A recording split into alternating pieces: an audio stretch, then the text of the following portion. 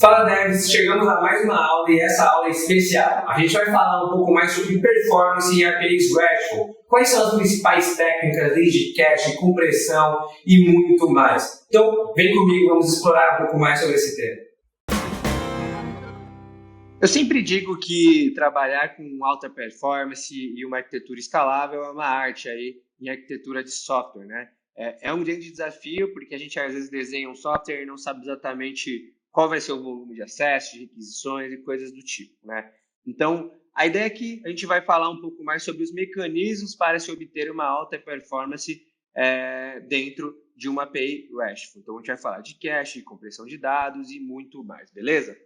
Mas, primeira coisa, a gente precisa entender exatamente o que é cache, né? Então, em outras palavras, o cache ele é uma estrutura de armazenamento, né? E focada em dados aí temporários, digamos assim. Então, nesse sentido, você vai ter um acesso muito mais rápido, né? Porque ele também é uma estrutura de armazenamento para muitas requisições, ou seja, dados que são acessados com certa frequência e que normalmente tem uma atualização não real-time, né? Porque quanto mais real-time, mais difícil de você conseguir cachear e criar uma estrutura de cache inteligente com isso, tá?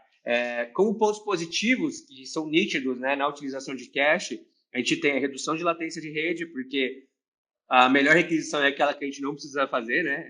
Acho que essa é uma frase bem legal aí do mundo de arquitetura de software.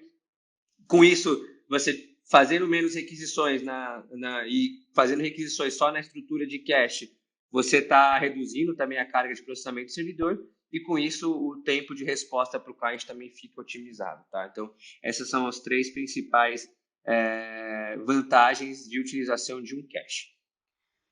Um outro conceito interessante que a gente precisa entender antes de qualquer coisa é que existem dois tipos de cache, né? Existe o cache shared, né, que é o que a gente fala que ele é compartilhado e que pode ser reutilizado entre diversos usuários. Então, você pode criar uma camada de shared cache que todos os usuários eles batem nesse mesmo cache. Ou você pode ter o private cache, que aí o armazenamento da resposta fica somente para aquele usuário único, tá? E, assim, ambos os caches podem ser implementados com várias técnicas que a gente vai ver mais à frente aí nessa aula. Primeiro a gente vai falar de cache no client, tá? E depois falar de cache no server.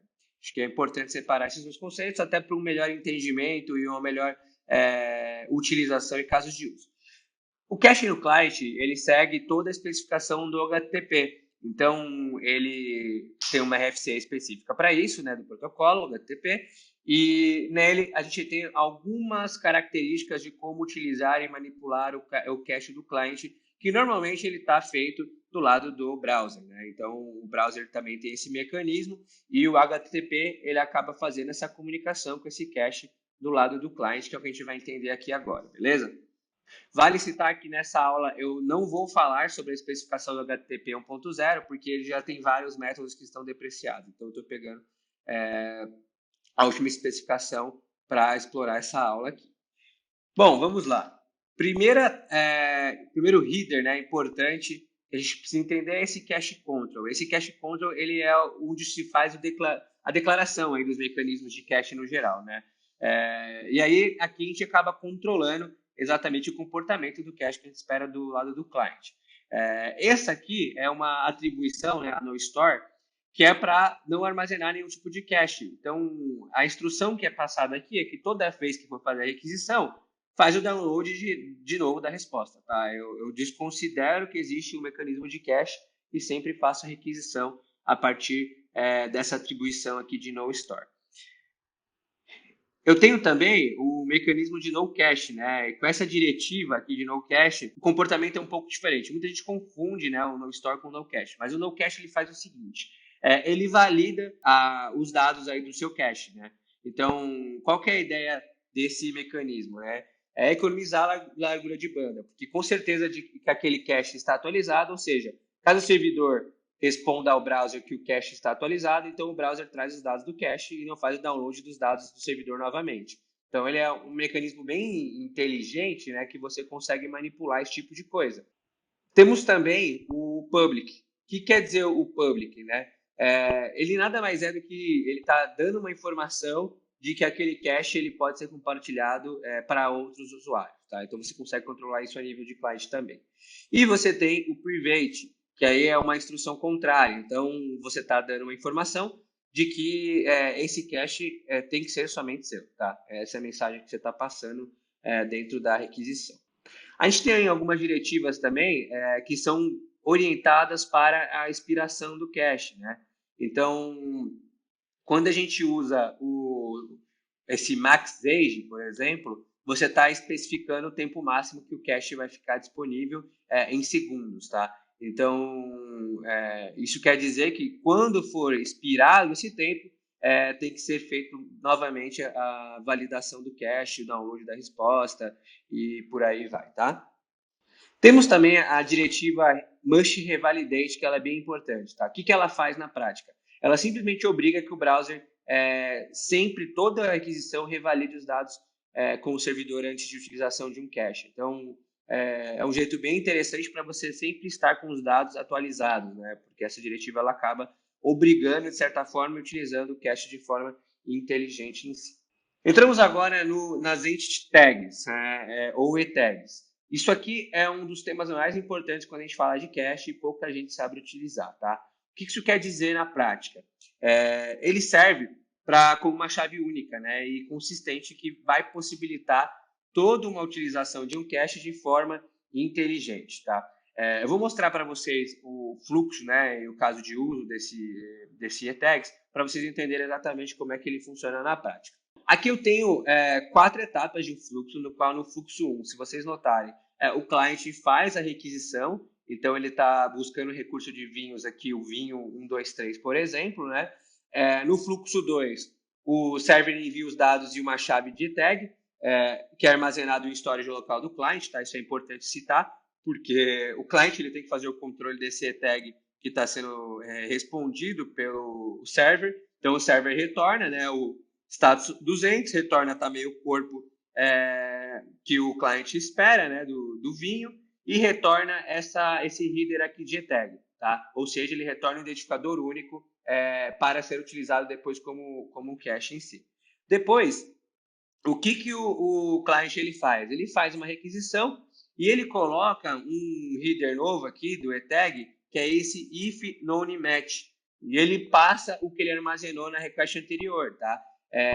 Então, isso vai passar uma informação para o server, que aí na etapa 4, ele vai validar se aquele dado foi modificado ou não. Então, é um jeito de fazer uma comunicação muito inteligente, né, e que faz um reaproveitamento do cache da melhor forma, porque ele vai forçar sempre o último dado atualizado, né? E lembrando que o server ele tem que ter isso bem implementado também, tá? Isso é a especificação como ela recomenda a utilização de comunicação de cliente e server a partir das entity tags. E aí, por último, né, o que o servidor ele manda de novo, né, o identificador aqui único, caso não haja a modificação, né, do dado, porque é o identificador do dado em si, e ele manda um status code 304, que é a recomendação também para esse tipo de cenário, tá? Então, o que quer dizer not modified? Não tem nenhuma alteração nesse objeto, então não faz sentido você pedir para eu processar uma nova requisição, uma nova busca completa e por aí vai, tá? Então, esse é o mecanismo de e-tag. Notem aqui que é a especificação do header, né, de como é que funciona cada comunicação em si, e é altamente recomendado essa implementação quando a gente fala de cache aí de comunicação entre cliente e server. Bom, agora vamos entrar no mundo do cache de server, que é bem diferente quando a gente compara com o mundo de cliente, né? Lembrando que é uma combinação sempre dos dois, porque a gente está falando de uma API RESTful que tem como característica a comunicação entre cliente e server, beleza? Bom, vamos lá. Entrando na primeira técnica, nós temos o load balancing, que ele é normalmente uma configuração dos próprios servidores web, como o Nginx, Apache, IS. O load balancing em si, ele serve para você distribuir o balanceamento e processamento entre os servidores. Então, ele é como se fosse uma camada intermediária de configuração que faz essa distribuição de forma inteligente, tá? Vale ressaltar que o load balancing, por padrão, ele não tem uma implementação default de cache, Tá? O que ele tem é um armazenamento de sessão, ele tem funcionalidade de armazenamento de sessão. Porém, o HTTP ele é stateless, APIs RESTful eles foram desenhadas para ser stateless, ou seja, não armazenar a sessão, mas é um workaround que você pode utilizar. Então, você pode utilizar esse mecanismo de armazenamento de sessão do lado do server, fazer uma configuração de load balance, e através desse armazenamento de sessão, você fazer um armazenamento de cache em si. Tá? Então, essa é a primeira técnica que a gente consegue notar aqui. Em outras palavras, né, olhando mais o visual, é assim que ele funciona. Então, ele está aqui como intermediário, ele faz essa distribuição do processamento, das requisições.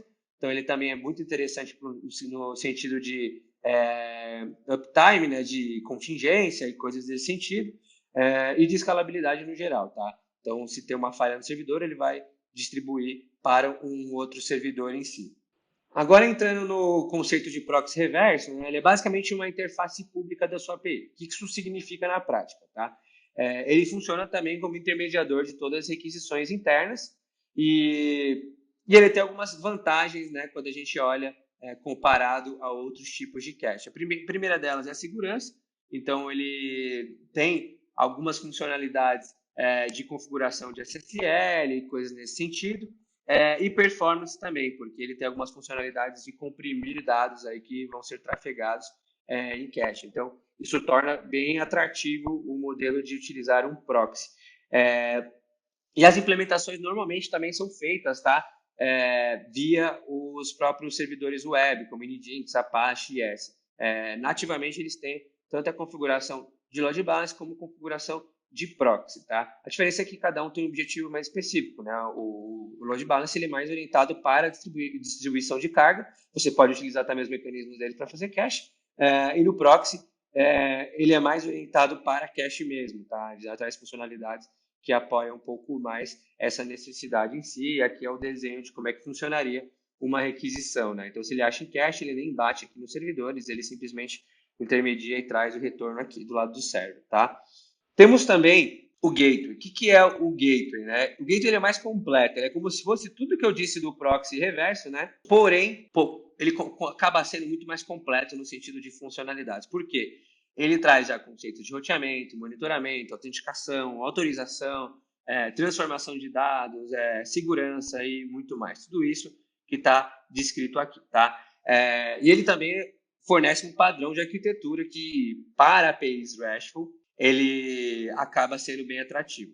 A diferença aqui é que você não tem as implementações deles já direto num servidor web. Então, você não consegue configurar um gateway dentro de um IS, você não consegue configurar dentro das funcionalidades padrões dos servidores web, tá? Normalmente você precisa contratar uma ferramenta de API Management, como o caso do Link API, o caso do Kong, enfim, e de outras ferramentas aí de mercado, tá? Aqui é um pouco de como é que funciona, nota que o desenho é um pouco diferente e ao mesmo tempo não, né? Porque ele ainda funciona com um intermediador aqui, porém com várias outras funcionalidades embarcadas. Inclusive, ele mesmo utiliza cache com proxy reverso dentro dele, tá? Então, é muito interessante que ele tem tudo que um proxy reverso tem, porém ele é um pouco mais avançado em termos de funcionalidades e já tem as implementações meio que montadas de um proxy reverso até mais completo, seja ele uma implementação com cache de Redis, Memcache e por aí vai, tá? Então, esse é um pouco da técnica de API Gateway. Temos também SDN, que é um modelo bem interessante aí de cache, que, para quem não conhece, basicamente ele é uma rede mais próxima de onde vai ser consumido o conteúdo e ele consegue fazer réplicas daquele seu conteúdo. Então, vamos supor que você tem uma imagem muito pesada. Você coloca ela num servidor mais próximo e, ao mesmo tempo, isso vai trazer muito performance, porque não tem latência de rede, né? Então, é uma técnica muito simples e, ao mesmo tempo, muito performática, né? Ele incrementa bastante performance, porque ele tem várias localizações e, com isso, você acaba sempre consumindo um conteúdo ou entregando o conteúdo de forma muito inteligente, tá? Dentre os principais players que são famosos, a gente pode falar basicamente de Akamai e CloudFront. E, por último, né, a gente vai falar de compressão de dados, é um assunto também relevante quando a gente fala de performance. O próprio padrão REST ele já permite vários formatos aí de dados, como vocês podem ver. E o que é interessante é que para todos os formatos, assim, você consegue comprimir a mensagem e deixar ela menor para o cliente consumir ela, tá? Como é que você faz isso na prática? O cliente ele precisa especificar no header o que vocês estão vendo aqui agora. Então, você tem essa diretiva aqui, você tem um header de accept encode e você coloca esse gzip, que é o formato padrão de compressão de dados aí, tá? Obviamente, o servidor ele tem que ter isso implementado, né? Vale ressaltar. Então, qual que é o comportamento do servidor se ele tem essa implementação? Né? Ele, obviamente, compacta os dados, né? E ele também retorna um indicativo desse processo, trazendo esses headers aqui que vocês estão vendo. Então, ele traz esse content encoding, e aí ele fala exatamente o que ele tem essa funcionalidade implementada. É um jeito dele acabar trazendo esse tipo de informação. Sobre algumas considerações importantes desse tema. Se ele tiver um formato não reconhecido pelo servidor, ele normalmente vai retornar um status code de 406, ou seja, não aceito, né, que é o not acceptable. Se for um formato conhecido, né, que você está solicitando, porém ele não tiver implementado, então ele tem que retornar o 415, que é unsupported media type, tá? Esse também é um caso interessante se você for implementado lá do server entender quais são os status code sobre isso. Além disso, nós temos também várias ferramentas, tá, para monitoramento de performance. Uma das mais utilizadas aí são da suíte de APM, para quem não conhece, que se chama Application Performance Management. Então, eu recomendo que também vocês estudem esse assunto. Vocês estudem também conceitos de performance stress, performance testing. Vocês estudem também como fazer testes de stress, testes de carga dentro de uma API e muito mais. Tá? O tema performance ele é muito amplo, ele é muito complexo e aqui a gente abordou os principais conceitos dentro dele, tá bom? Finalizamos mais uma aula, espero que vocês tenham gostado desse conteúdo. A gente falou um pouco mais sobre as técnicas de cache, de como é que funciona a cache, né, quando a gente fala de APIs RESTful em si. Então, fiquem ligados e até a próxima aula.